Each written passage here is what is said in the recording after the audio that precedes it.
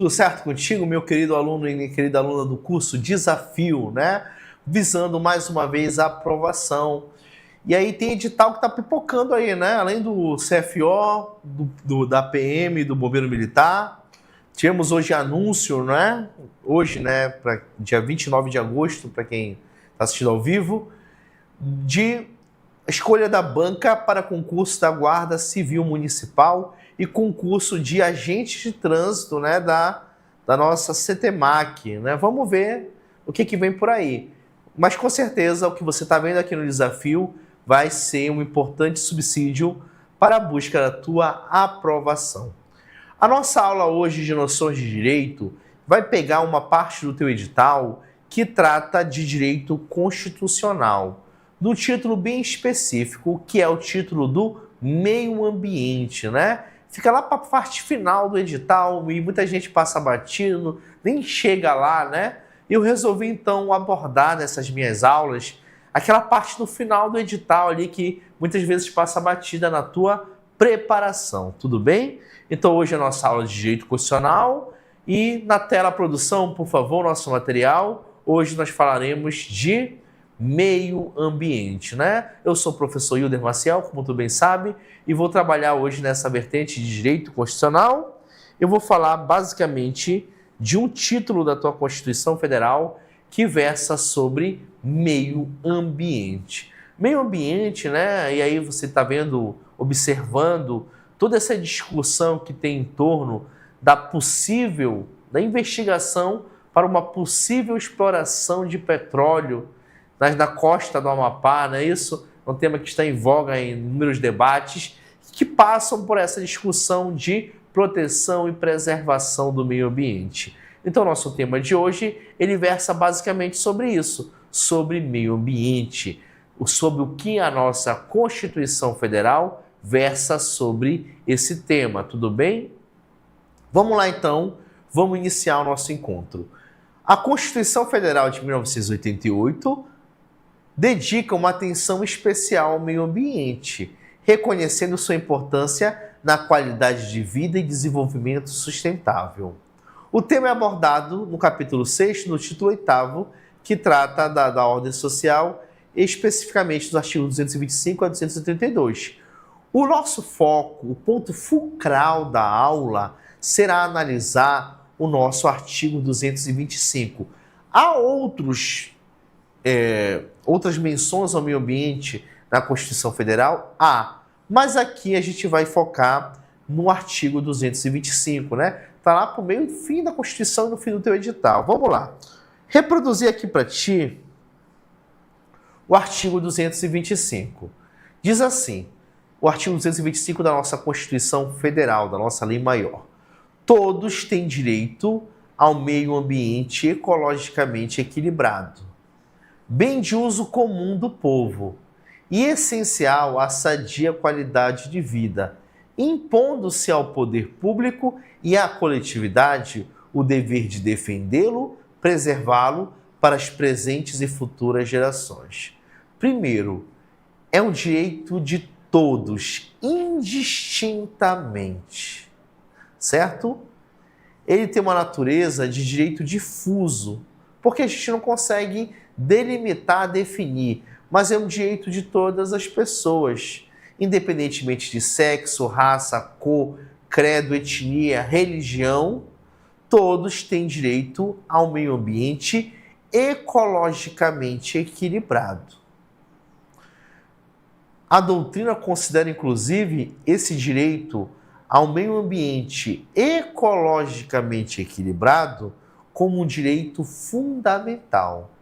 Olha só a relevância dele. Em que pese ele não esteja lá nos direitos e garantias fundamentais, doutrinariamente ele é considerado um direito fundamental, né? É um direito, está entre os direitos humanos de terceira geração, terceira dimensão. É um meio ambiente ecologicamente equilibrado. Meio ambiente, né? Ambiente é o que se vive, onde as pessoas estão inseridas, né? A pessoa não vive em lugar nenhum, ela vive num planeta que está dentro, que é construído por diversos ecossistemas, né? Que interagem entre si e que tornam a sobrevivência humana e das demais espécies viável, né? Então, esse meio ambiente, para que as pessoas se desenvolvam na sua plenitude, ele deve ser ecologicamente equilibrado. Ou seja, deve ter um controle, um equilíbrio nessa interação, nesse convívio entre as espécies. Se uma espécie, que é a espécie humana, né, que é a espécie que mais degrada, mais explora o ambiente natural, ele faça isso de forma irracional, irrestrita, sem pensar em conservar, em deixar algo para o futuro, isso pode promover o chamado desequilíbrio. Exemplo, eu desenvolvo uma atividade madeireira e eu saio sem qualquer rigor, sem qualquer manejo, sem qualquer controle, derrubando inúmeras árvores para tirar tora e vender madeira. Beleza, o meu lucro é o que importa. Tudo bem não. Mas vem cá, a existência daquelas árvores não tinha uma relevante importância naquele contexto? Não tinha sombra, não era elemento de reprodução de outras espécies, de abrigo de animais, etc., onde os animais faziam seus ninhos?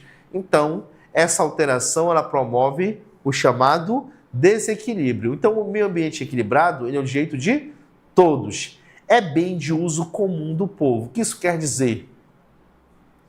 Que ele é do gozo e usufruto de todas as pessoas. É um bem público sem afetação. Ele é de todo mundo, né?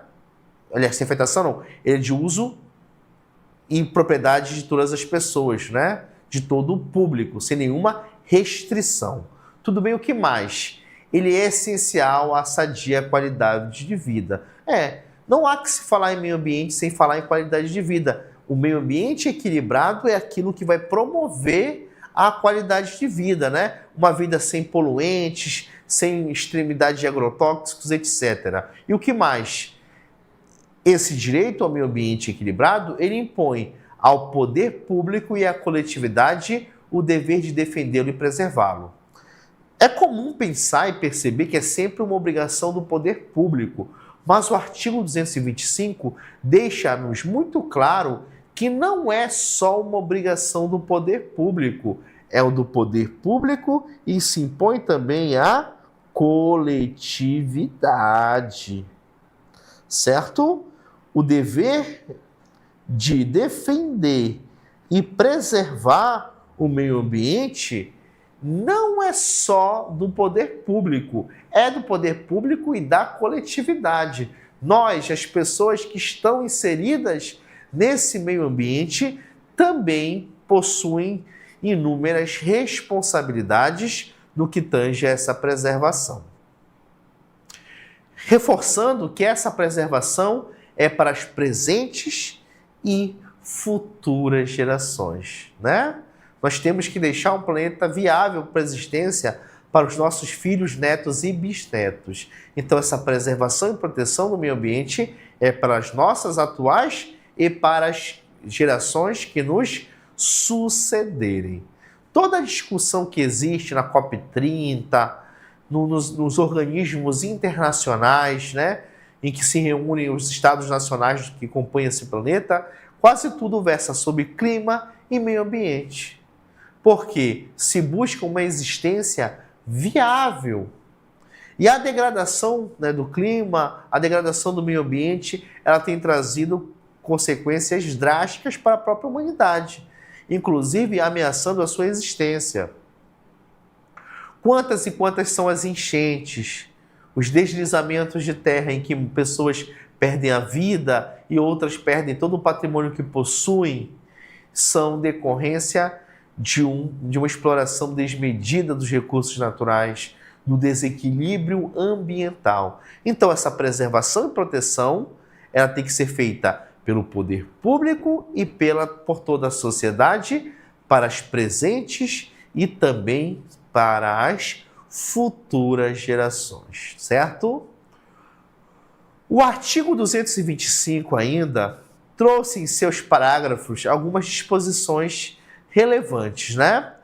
No parágrafo 1º, ele traz para a gente o que cabe ao poder público para dar efetividade a esse direito. Qual direito? Ao meio ambiente ecologicamente equilibrado. certo?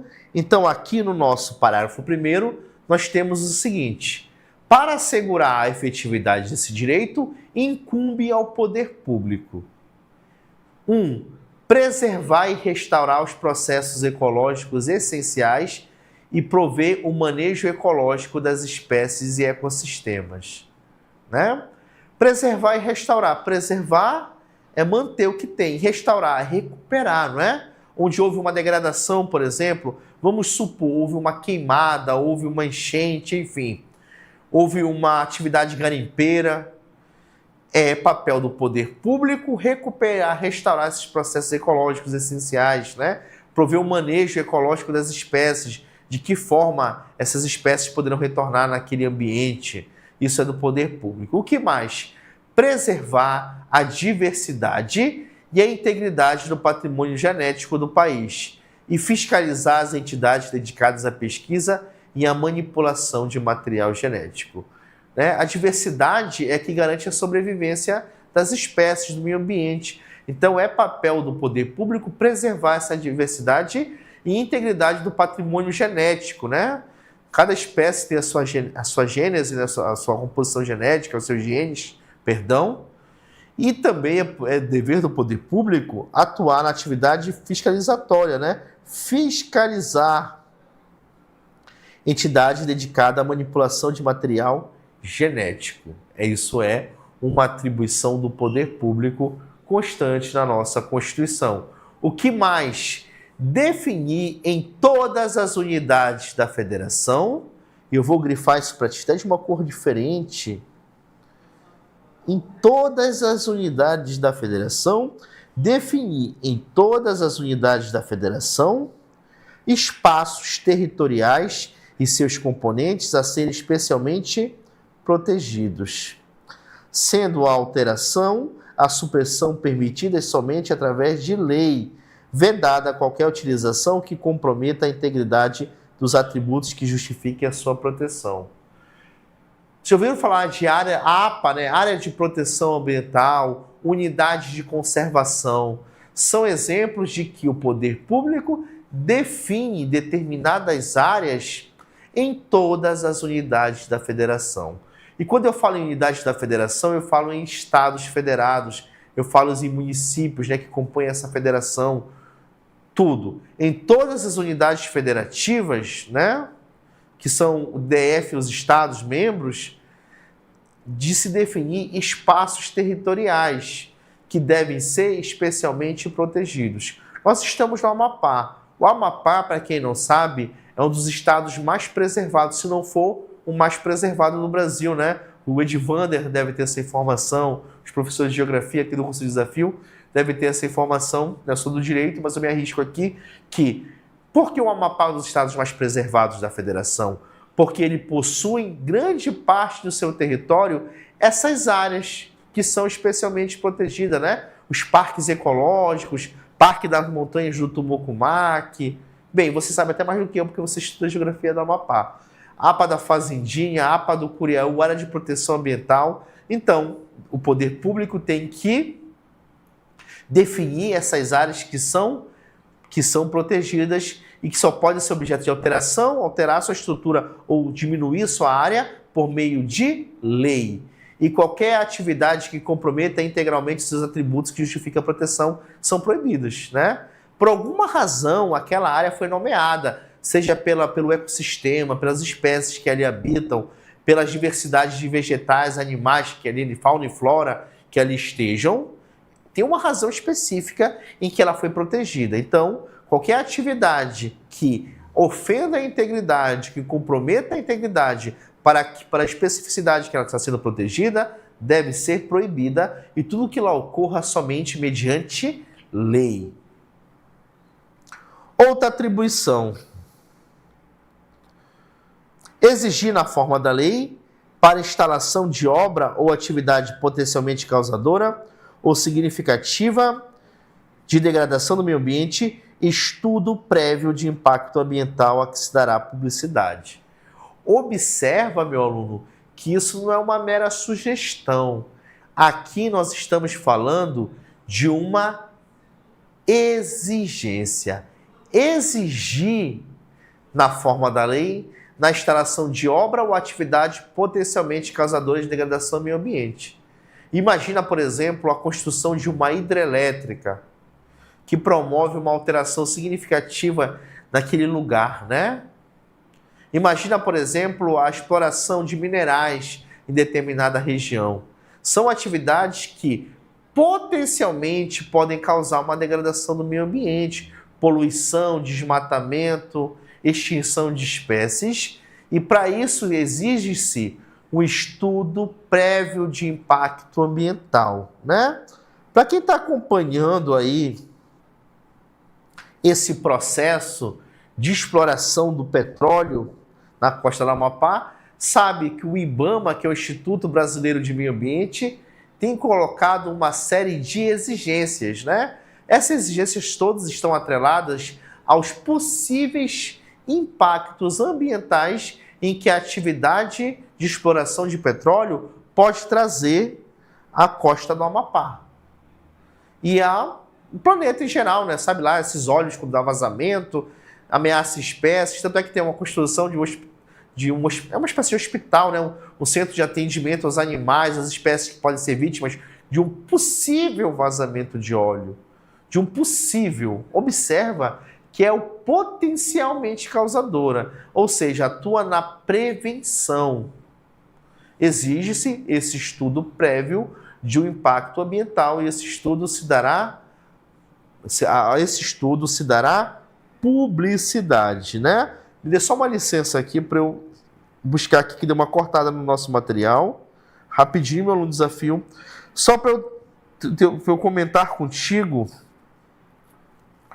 o nosso inciso 5, tá? Que saiu cortado aqui na edição. Enquanto eu vejo aqui, eu vou falar do 6. Promover a educação ambiental em todos os níveis de ensino e conscientização pública para a preservação do meio ambiente. Isso é papel do poder público.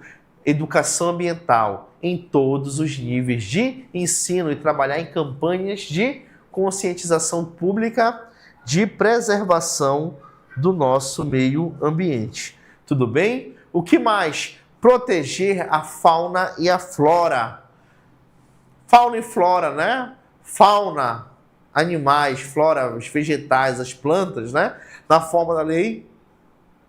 E as práticas que coloquem em risco sua função ecológica e provoquem a extinção de espécies e submetam animais à crueldade.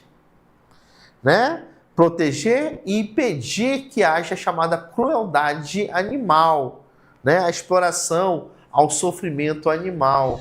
Recentemente, né, um cavalo que não pôde andar, né, por alguma razão de muita carga de trabalho, ele foi, digamos assim, amputado a sua pata, né? Colocaram o animal em situação de sofrimento, tudo bem?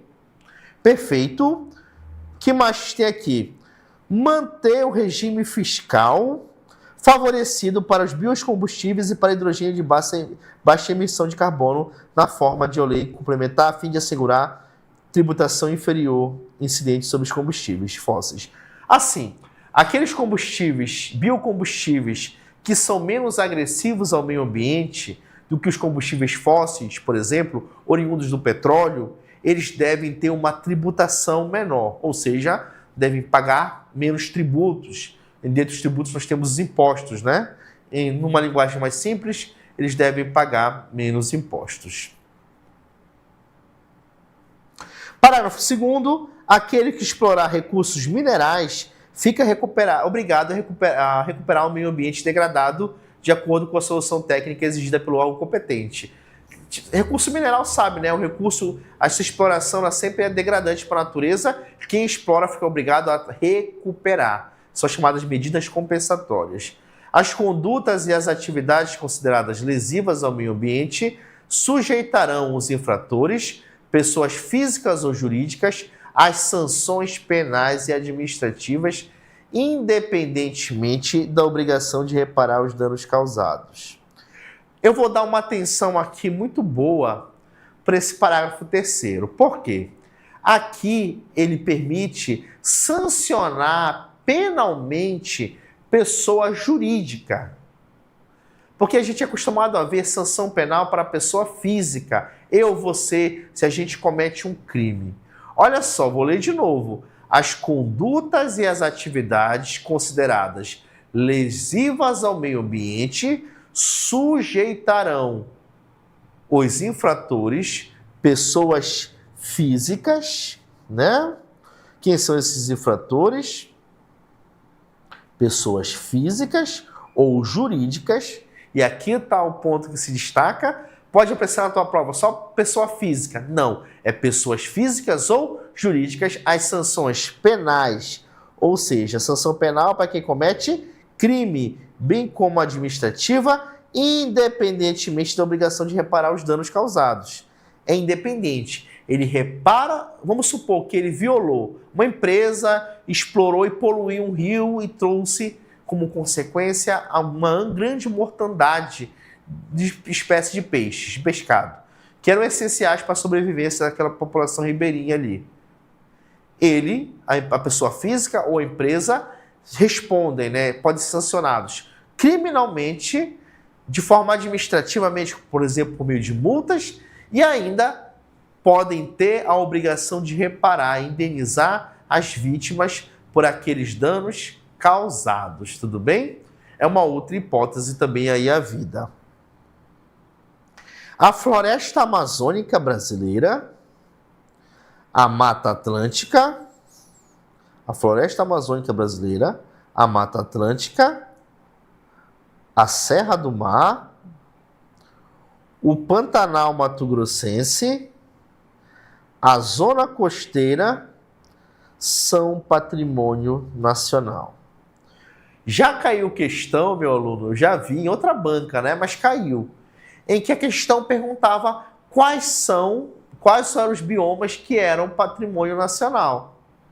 E lá metia um monte de coisa. E aí não tem outra saída senão você memorizar.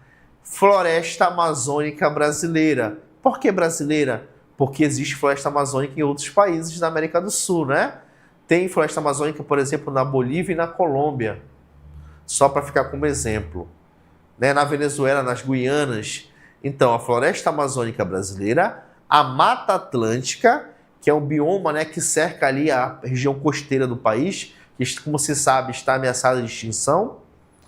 A Serra do Mar, o Pantanal Mato-Grossense e a Zona Costeira são patrimônio nacional. Memorize esses aí. E sua utilização far-se-á na forma da lei, dentro de condições que assegurem a preservação do meio ambiente, inclusive quanto ao uso dos seus recursos naturais, né? Deve ser regulamentado. Pode haver exploração de recurso natural nesses biomas? Até pode, né? Exemplo, o extrativismo. Mas isso deve ser objeto de regulamentação. E quando eu falo em regulamentação, eu quero te dizer um desafio que é na forma da lei. Tudo bem? Certo? Lei das condições que assegura a preservação do meio ambiente, inclusive no uso dos recursos naturais. São indisponíveis, ou seja, não se pode dispor, não se pode vender, não se pode trocar, não se pode alugar. O que, pessoal? As terras devolutas ou arrecadadas pelos estados por ações discriminatórias necessárias à proteção de ecossistema natural. Aquilo que é para proteger o ecossistema é indisponível. O estado, por exemplo, uma unidade da federação, não pode comercializá-la, não pode trocá-la, vendê-la, enfim. Parágrafo 7º. Para o fins do dispositivo da parte final do inciso 7 do parágrafo 1 deste artigo, não se consideram cruéis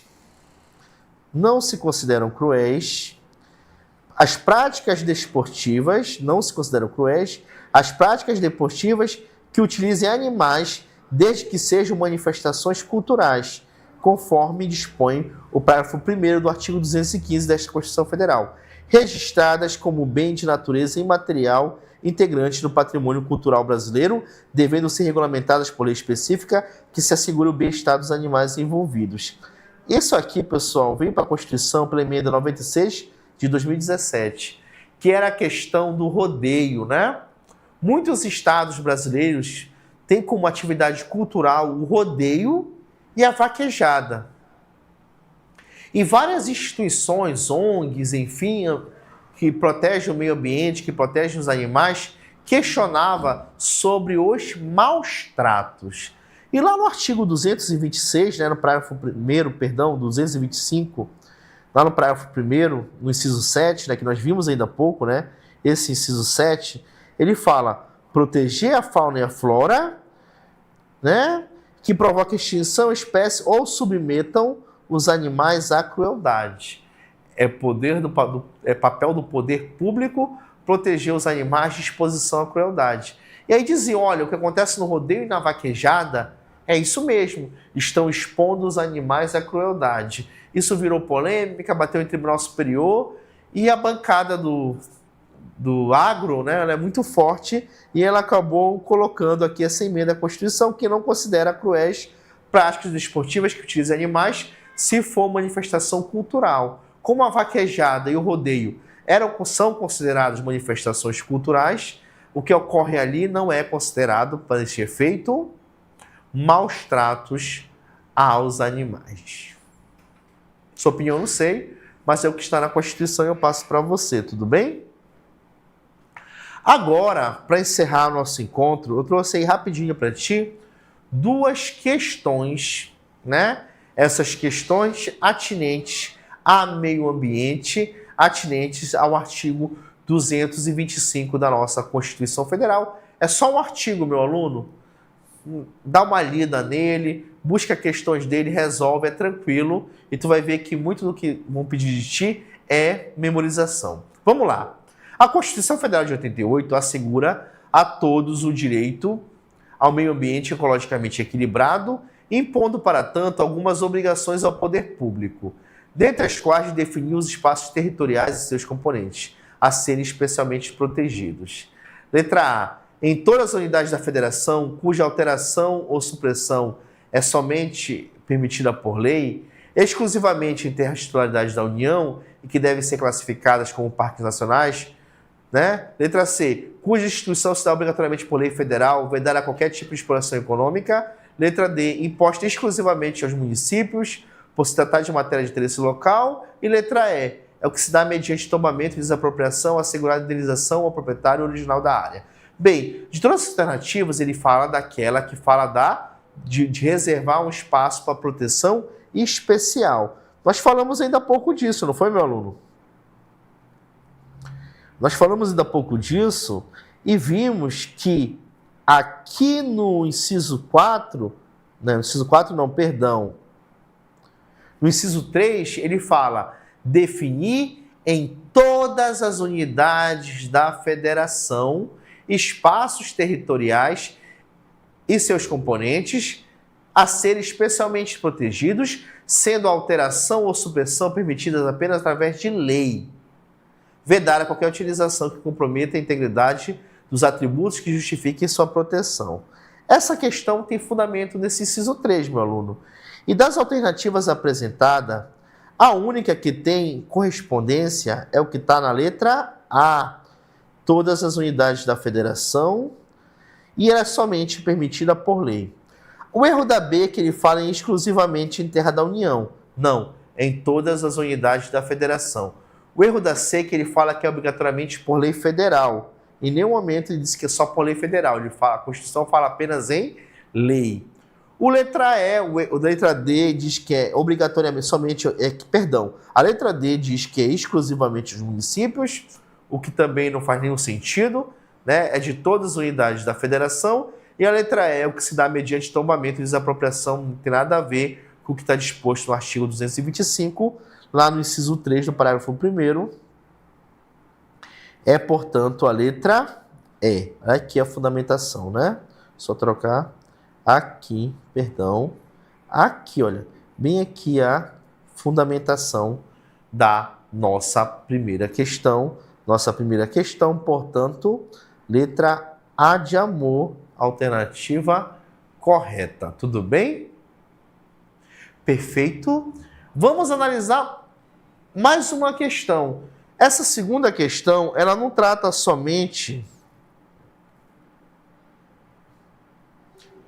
Produção?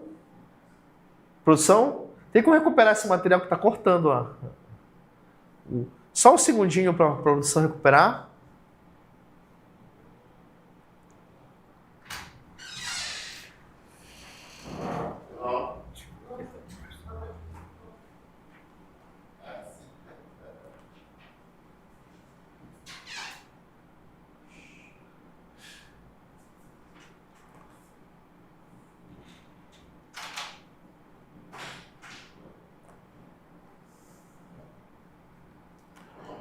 Perfeito. Tô cortando também. Ah, então é material, professor. Não, quando tu converte que corta. Pega lá o original. O que eu te mandei antes da conversão.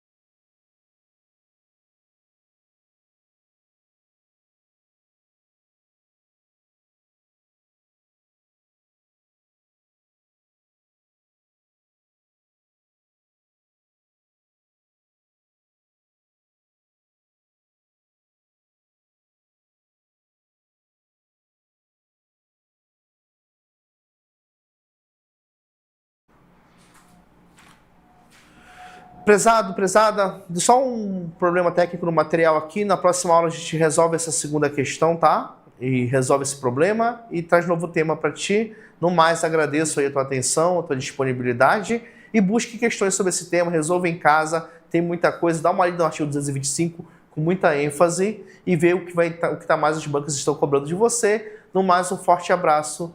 Professor Hilder aqui do curso Desafio.